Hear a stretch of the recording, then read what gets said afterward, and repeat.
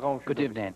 Today we will give final answer to several all-important questions, in particular to how does government steal thousands of lires that belong to the people, how is this money laundered in foreign bank accounts, and what is the personal role of President Tavadze in all this. Nino Zuriashvili's journalistic investigation, supported by documents, will show you that this mass embezzlement is carried out under personal directions and patronage of President Tavadze. We will demonstrate it on the example of Department of Railways of Georgia, revenue which is half of the Georgia budget, and most of this money doesn't reach people. Chief of Department Akaki Chkxaidze, known as the private financist of the president, launders money brought and threatens to kill a businessman who refuses to cooperate with him.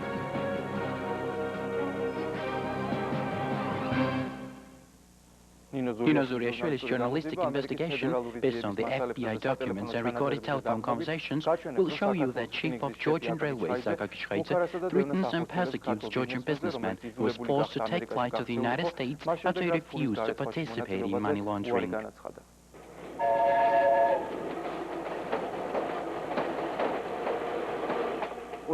Everything began in 1998, when Chief of the Department of Railways, Akaki Chkxaidze, met his old acquaintance Alexander Tavadze, Georgian businessman who'd recently arrived from America.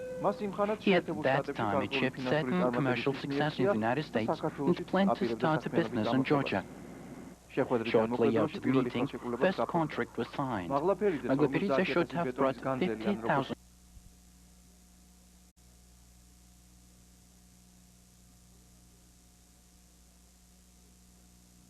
from the offshore zone. After I asked him to transfer a second amount, he offered me completely different cooperation. This was an offshore corporation, and as he told me, it was his company that nobody knew about. And I shouldn't care where money would be transferred from. This was the offshore zone in Cyprus, and the name of the company was Argomar. Offshore company Argomar Oil, according to several documents, is engaged in petroleum transit in Georgia. But according to other documents, it is bankrupt and wanted by creditors in several countries. In Georgia, this company is represented by Akaki Chkxaidze's son-in-law, Alexander Tavadze, who lives in England at the moment. According to the documents we possess, Department of Railways indeed transferred $500,000 to Tavadze through Argomar. He says that his Georgian partner asked to launder money for second payment. Mr. Chkxaidze told me, forget about ties. Forget about the ties and, if possible, send us this money by right way, meaning cash. Tavadze refused to launder money by sending it back to Georgia, because ties were already ordered. As a result, with money transferred by Argomar, Department of Railways again received ties. Shortly after transferring money to the United States, Akaki Chkxaidze sent his family to Tavadze. His daughter was even sent to school there. Her mother, Mrs. Chkxaidze, was often visiting her daughter in California. She was also using a bank account of Tavadze's company. According to bank receipts we got, Chkxaidze took $45,000 from Bank of America. She also withdrew $9,900 from the Citibank. Her son, Giorgi Sanaia, took same amount. Upon improved relations, Alexander Tavadze founded a new company in Tbilisi, Quisco Diplomat Motors, which should import cars into Georgia. New business raised new conflicts. Tavadze says that Chkxaidze asked for a share, and as a proof, he presented a recorded telephone conversation.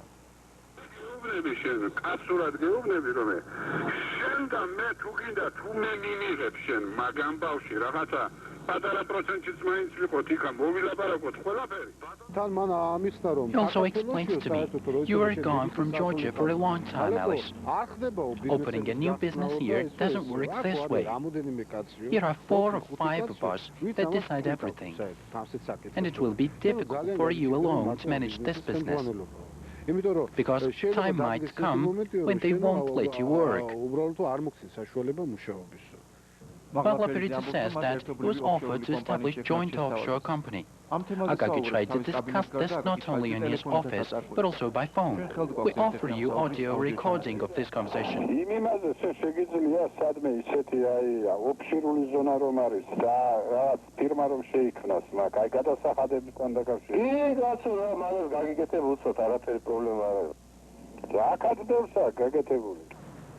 Despite the promise, Maglaperidze didn't fulfill this request. After that, on January 6, 2000, Akaki Chkxaidze set up a meeting at his office and talked with him in different tones. He told me in a very aggressive manner, "I was wrong in relying on you. You didn't help me in this business." After that, he said that he wanted his money back. I asked, "What money are you talking about?" He answered, "A certain amount from the ties of importer belongs to me." He made some calculations and told me that I owed him approximately $500,000. In 3 days after this conversation, on January 9, Alex Maglaperidze was kidnapped from the entrance to his apartment. He was taken away to suburbs, brought to the roof of the high-rise building, and was threatened to be thrown out from there. Maglaperidze says that he was demanded to formally transfer his property to Chkxaidze. They hit me several times. I suffered a terrible pain in head and feet. Then they stopped because I told them that this wasn't necessary, and I asked them to tell me directly what they wanted. In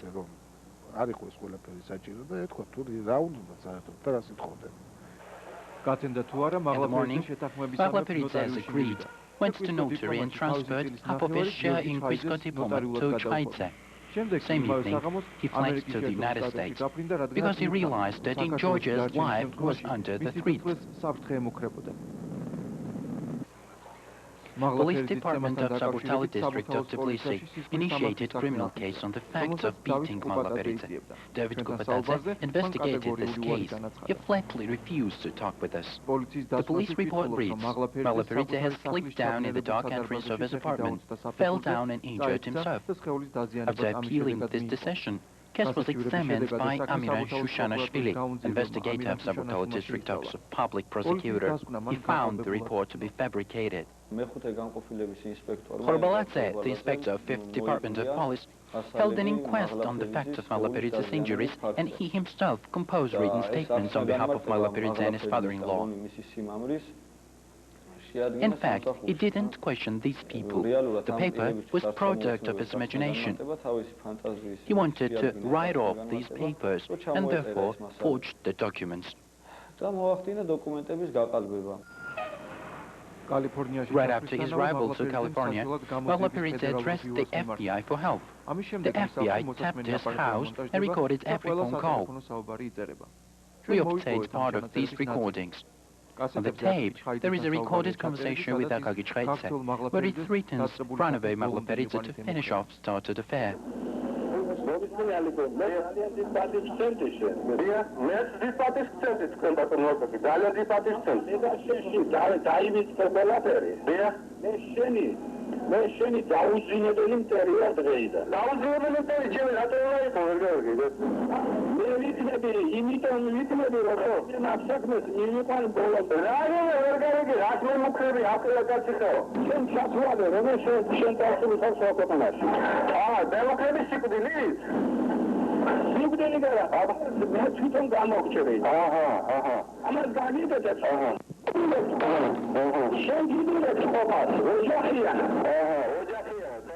In response to this, Maglaperidze addressed newspaper Alia. In his interview, he accused Chief of Railways in murder. Alia didn't name Chkxaidze and referred to him as a Georgian minister. After publishing this interview, Chkxaidze called me right away and asked me, begged me not to mention his name. He told me that it was wrong and it was just a hasty word. Nothing compared to our relations, our friendship. And then sometimes he falls out even with his brother Roland.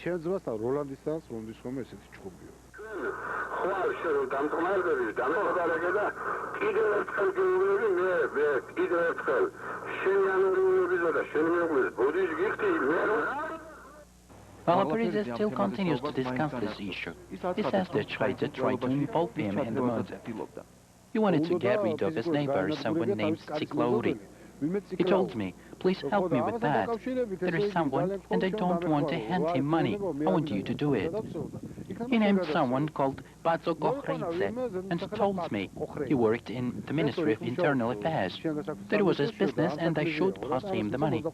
This was for torturing Tsiklouri to death, and after Tavadze killed him, we would give him another 25,000. We called the family of murdered Murat Tsiklouri.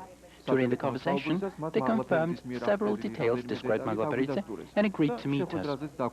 But meeting didn't take place, because on the same day, son of Akaki Chkxaidze, Giorgi, took brother of murdered Murat Tsiklouri, Eldar, to the Department of Railways. After that, Eldar Tsiklouri refused to talk with us.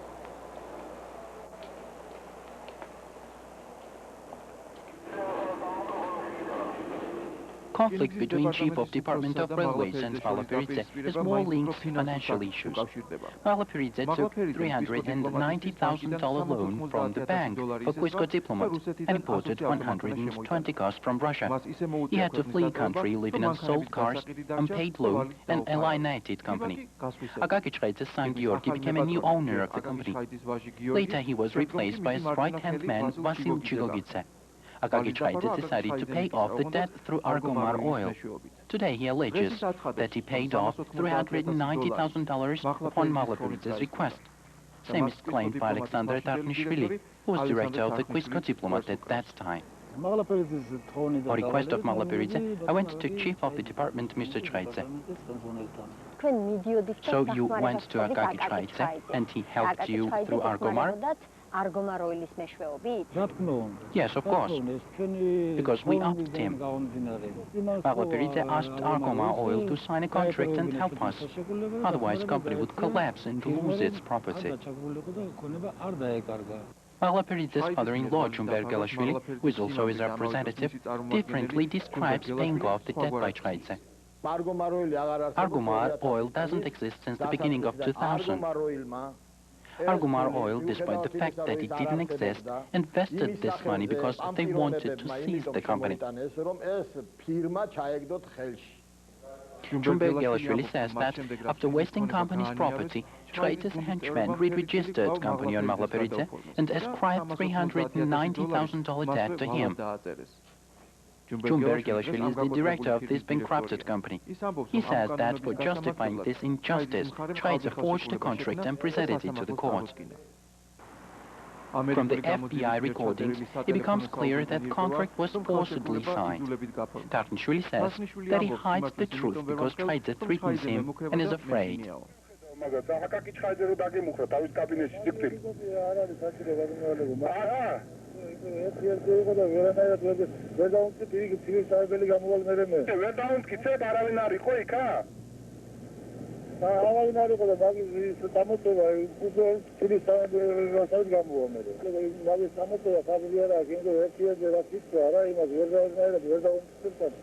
Tavadze addressed police regarding threats from Chkxaidze, but later on he made it up with Chkxaidze and declined everything. Though forgery of these documents are also proved by other papers. Giorgi presented to the Supreme Court of Georgia the letter from Attorney General of Cyprus, which certified that company Argomar Oil Ltd ceased functioning on January 1st, 2000. This means that contract with Malaperidze on credit was made by a non-existent company. The paradox is that the same company, together with Georgian Railways Limited, is constructing a magnificent port and oil terminal in Kulevi, on the Black Sea coast. Alexander Malaperidze said that Chief of Railways initially offered him to manage this project. He told me, probably you could come here as an investor. We will finance you. I received a credit. We already have $20 million, and we will transfer it to you and cover it step by step. Besides, I will receive a credit of 70 million, and you have your share there. I asked what was needed from me. He answered that nothing but my name. Malaperidze again refused to cooperate, and Argomar Oil joined the project as a freeing company. He told me that he didn't want to involve his offshore company Argomar, but now he will, and Argomar will carry out the construction.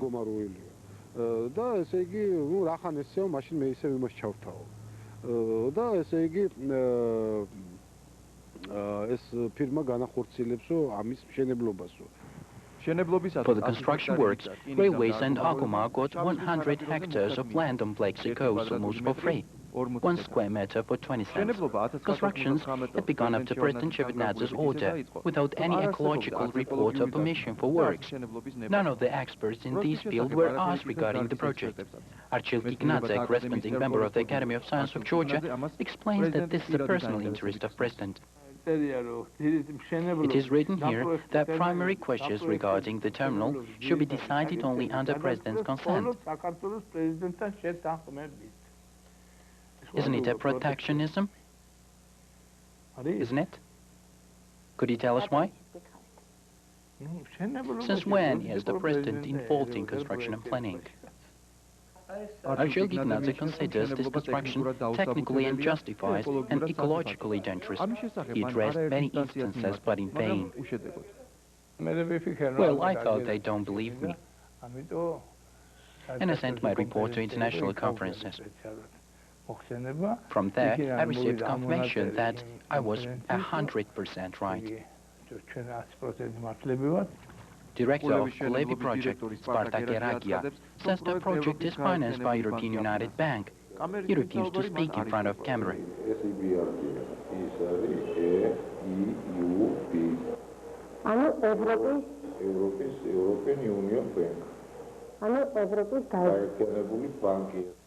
Representative of Bankwatch, Akaki Chkxaidze, says that she couldn't find such bank. Bankwatch is an international organization which oversees banks in suspicious projects. We were trying to find this European United Bank, but it didn't appear in the list of the big banks. Then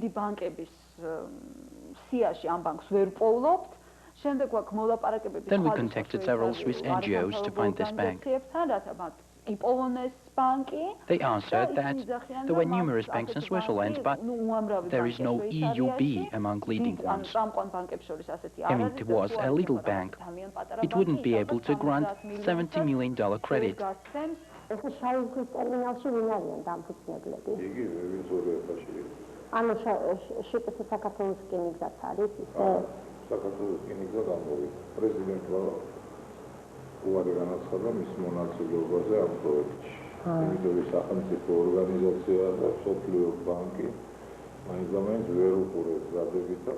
Akaki tells the truth. Railways indeed left the terminal project, and Agoma did all constructions. But as Bankwatch says, head office of this company was closed 3 years ago. Austrian office, which was head office at that time, closed and transferred its duty to other offices. There is information on Agoma's annual turnover, which didn't exceed 20 million in 1999. This means that a company with an annual turnover of 20 million couldn't really finance project with 70 million. Strange, but director of the terminal constructions knows nothing about it.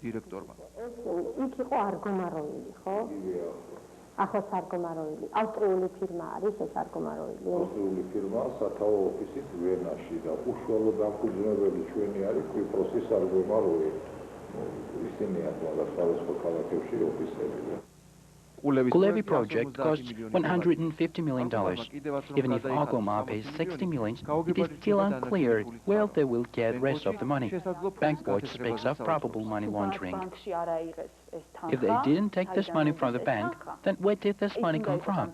Usually in business, this is own investment of the company, it's bank investment, or it's some personal investment.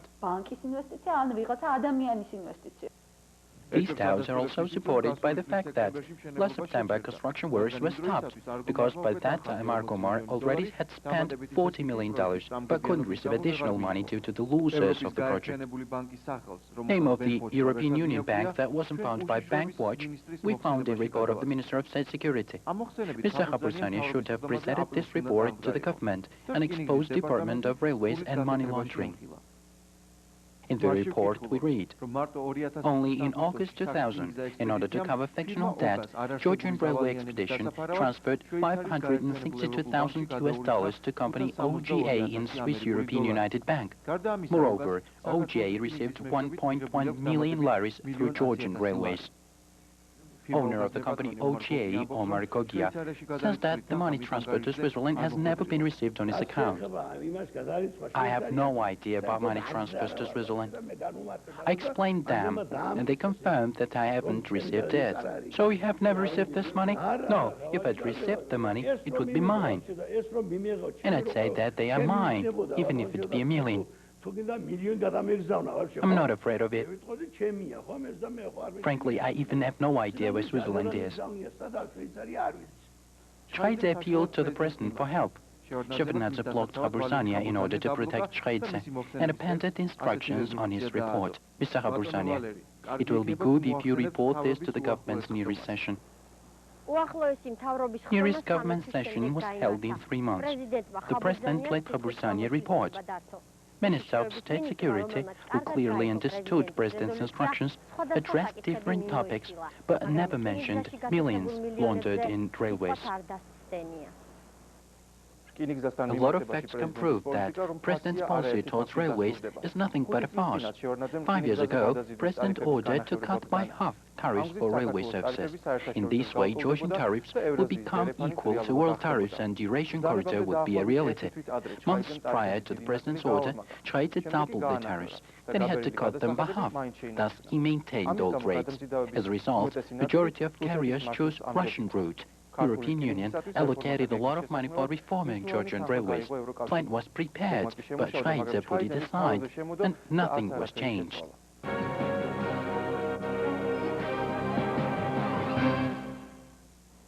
Biggest part of the embezzled money in railways, Akaki Chkxaidze launders in building sport complexes. During one of the phone conversations, it becomes clear that creates the appropriate training conditions for talented soccer players, because it plans to sell them in future with big profits. The FBI papers revealed that chief of the Georgian railways has ties to high-level Russian organized crime figures. The average annual revenue of railway is 45 million laris, from which only 2 million go to the state budget. According to the law, all income should be divided between Ministry of State Property Management and Ministry of Finance.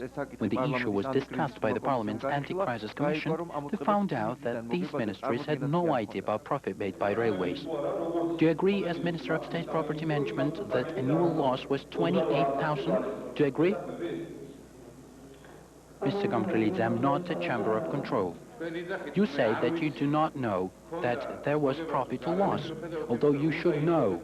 I'm telling you this because you are the owner. If railways were your private company, you would definitely know it. In 1998, railways had no profit. 5 commissions have worked here. Here are all 5 reports proving that we had no profit in 1998 and we couldn't pay dividends.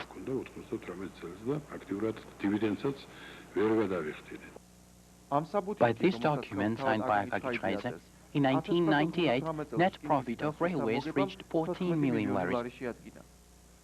Shevardnadze again aided endangered Akaki Chkxaidze and his incomes. Organizations that have profits should share them with country. I don't mean organizations such as railways.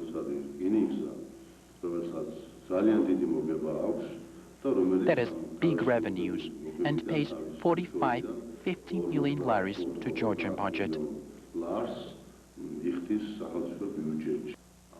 President either doesn't know that he lies or lies intentionally. Anyway, the fact is that Chief of Railways invests most of the profit under his own discretion in long-running upkeeps and constructions. Chkxaidze is especially attracted by sports ground constructions. For example, it is the 4th year that in village Shekvetili he builds a sports complex on 12 hectares, and this is the result. In Tbilisi, Akaki Chkxaidze builds junior soccer school. This is how he explains Magla Peridze, who was in the United States at that time, his attraction to sport.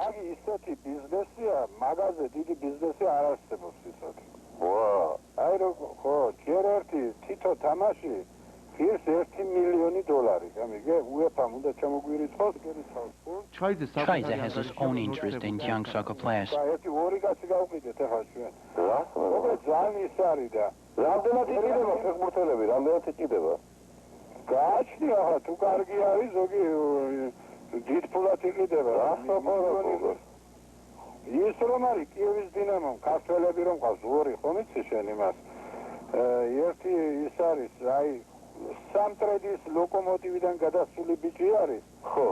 კახა, კალაძე თუ იცი. ხო, გამიგიათ. აი ხო, იგი გაყიდა 16 მილიონად კიევის დინამომ იტალიაში.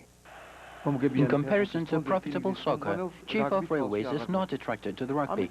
That's why rugby national team was banned from Lokomotiv Stadium.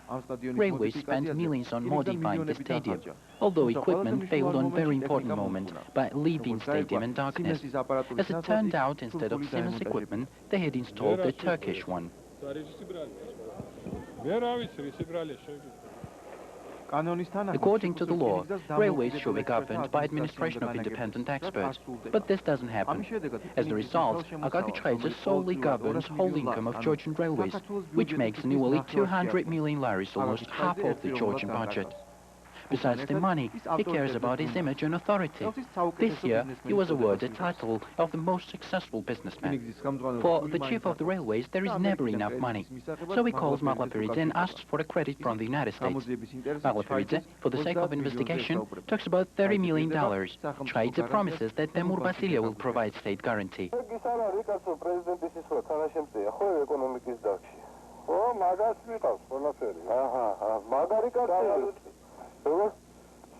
სავალუტო ფონდთან ყველაფერში ეგ რესპუბლიკაში მაგას მიყავს ყველაფერი. ბატონო, მან შეიძლება რაღაცა წელი დავჭირდეს, იმიტომ ეს იქნება ამერიკის ფული, ამერიკის თავრობის ფული. და თემურის ხო შეუძლია გააკეთოს ნებისმიერი თუ რაღაცა ის დავჭირდეს. რაც არსებობს, რაც უნდა ამ თავრობიდან ეგ გააკეთებს. ყველაფერს გააკეთებს. მეტი მაქვს საქართველოში, მაგის გარდა ამ საქმეს არავინ არ აკეთებს. During conversation, Akaki Chkxaidze tells that, as a rule, Temur Vasilia takes 3% of the credit as a fee.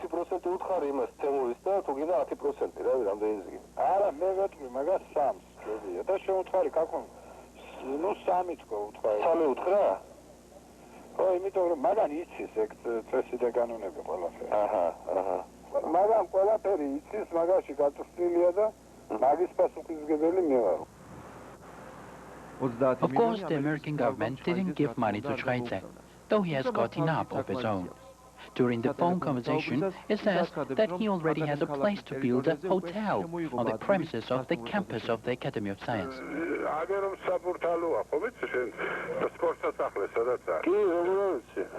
იმის გვერდზე, სადაც აკადემია თუ გაიგონია, მე მერმა ქალაქის ვანო ზოდელავამ 3 გექტარი მიწამომცა მაქვს. რას მელაპარაკებია? ხო, აი სადაც აი ცენტრი გული აჭარა ხომ სასტუმრო იცი შე? კი, აი იმის უკან სასტუმრო სადაც არის, ის სპორტსასახლე სადაც არის. იმის გვერდზე მე ხომ აქ ცხოვრობდი ადრე სტუდენტობაში. კი, მე ხო და მაგ მე დამტკიცებული და ხელმოწერილი და ყველაფერი. მე ის რომ დამჭირდეს სასტუმროს გაკეთება ვთქვა, რაღაცის გაკეთება, მე მაგ ადგილი ხელმოწერილი დამტკიცებული და ნაყიდი 55,000 ლარად, გამიგე? რას ლაპარაკობ? 40,000 This empty land is just a reserve. This is how Akaki Chkxaidze's already finished houses look. This 3-story house is his Tbilisi dwelling. His summer residence in Sneti is still under reconstruction. In Kxanisi, next to the president's residence, we found his another house. And this is Chkxaidze's henchman, director of the carriage assembly factory, Badri Tilosani's house in Tbilisi. Badri Tilosani has a countryside house in Bakuriani, which also impresses. Last year, Maglaperidze addressed the Prosecutor General's office exposing Chkxaidze's crimes, although a criminal case was initiated against him instead of Chkxaidze. Akaki Chkxaidze and his man brought suit against Maglaperidze. Attorney Temur Gvishiani says that this case was transferred to Office of Transport Prosecution with violations. What cases are brought to the Office of Transport Prosecution? Only crimes committed on means of transport. It is directly written in the law. Marine, air and railway are the means of transport. What they dispute with Malaperidze has never happened in the sea, nor in air or on railway. Malaperidze's money is disputed by private persons, and this is not connected to transport. Investigator of the Office of Transport Prosecution, Giorgi Sanaia, can't explain himself why he was ordered to investigate this case. Office of Transport Prosecution investigates crimes committed on means of transport, each office in its own district. Besides, Prosecutor General and his deputy can take a case from any district and redirect it to any investigator.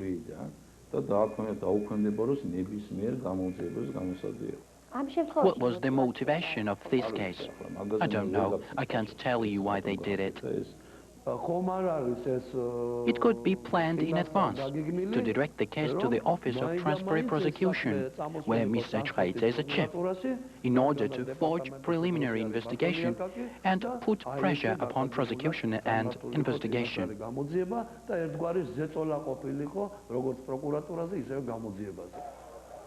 Transport Prosecution accepted the fact that Malaperidze borrowed money from Chkxaidze's man and never returned it back. He got close to Chkxaidze and his associates.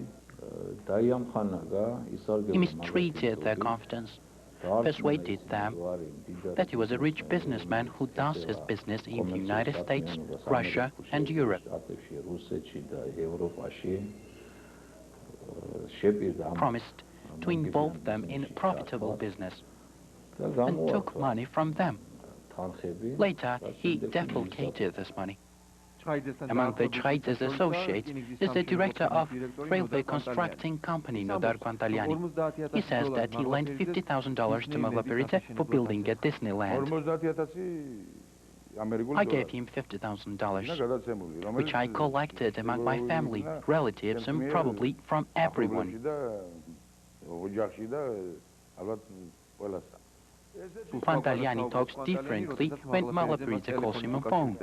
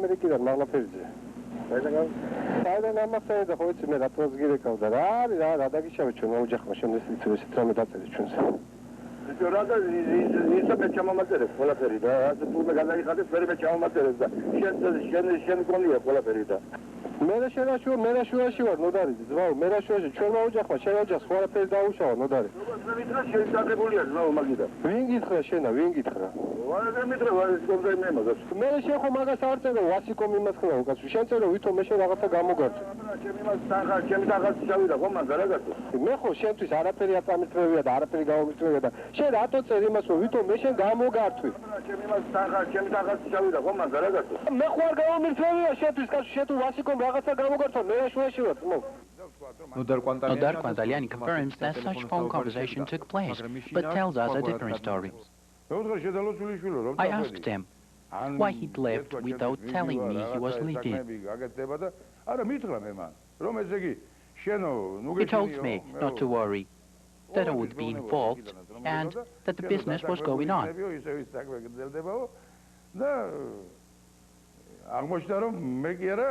But it appeared that not only me, but also all my friends were tricked. So he told you that your money was safe? Yes, he did, but ages are gone since then. Director of Carriage Assembly Factory, Giorgi Sanaia, also demands $50,000 from Malaperidze. I disturbed everyone. My acquaintances, friends, somehow collected $50,000. I even remember the banknotes, $50 and $100 bills. He counted the money and put it in pockets. Men can carry $200,000 and $300,000 in pockets, so 5 bags were not a problem. Giorgi Sanaia claims that with this money, Malaperidze promised he would be involved in wholesale market business, but it double-crossed him. Do you know what he told me? You will get your money back in a year. You and your family will become members of Cash and Carry.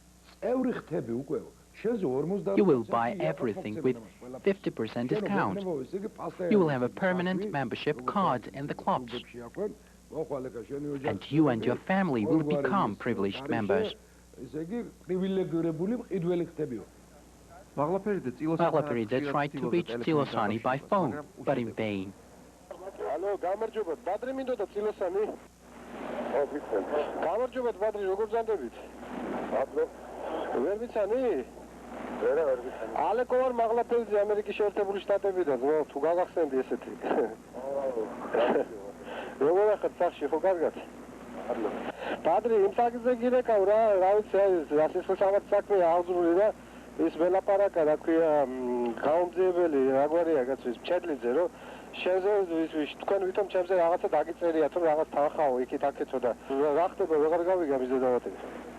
მე ისა ბადრის ტელეფონი მაქვს, მე ბოდიში მოვხდი, ბადრი არა ვარ დაიგე და მე ისე იგი ერების შემდეგ ხდება ტელეფონი ბადრი. აბა ბადრი როდის იქნებ, თქვენ არა ხართ ბადრი? არა, დიშვილი ვარ. წაღარ ამითხარი გასო ბადრი ვარო? ბადრი ახლა ქვია გაიგეთ. მე თბილისში ქალაქიდანაც გავხარ. ბატონო? ბადრი ქალაქიდანაც გასული და მე შემოვა და მე ხვალ დაელაპარაკე. კაი გენაცვალე, კარგი. გადაეცი ტელეკომ მოგიკითხათო, დიდი მოგითხვა გადაეცი ჩემგან მაგლაფერიძემ. Have you contacted Maglaperidze after he left for the United States? 3 or 4 months ago, my son had my cell phone and Maglaperidze calls.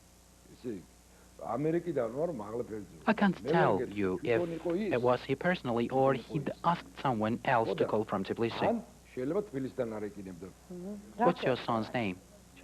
His name is Irakli. By the way, he's a very good boy. Director of the Electro Locomotive Assembly Factory Giorgi Sanaia is also disputing $50,000 with Maglaperidze. He, as well as his friends, has no proof of this fact. Why haven't you signed a contract on this $50,000 in order to have guarantees? We didn't sign any contract. I don't know, but I would have taken it as an insult if he asked me to do so. There was no contract. Chief of the railway ferries, Tavadze, demands $30,000 from Maglaperidze. He offered me to invest $50,000 into his business. I managed to collect only $30,000 and gave him for investment. Strange, but when Maglaperidze called him, instead of demanding his money back, Tavadze avoided talking to him. Hello? Ilo მინდოდა გენაცვალე ტაბიძე, ილო, მეგობარი ვარ მისი.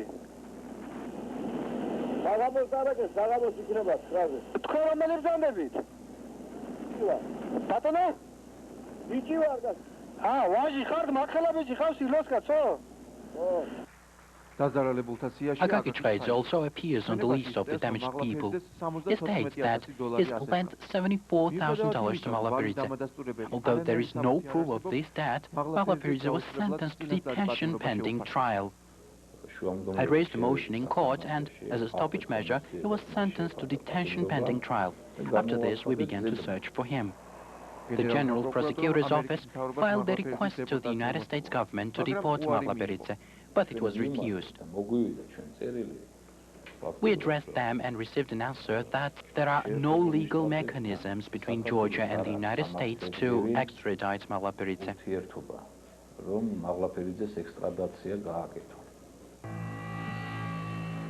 In fact, the California Immigration Service discussed the question of Maglaperidze's deportation, but based on the FBI report, made a negative decision.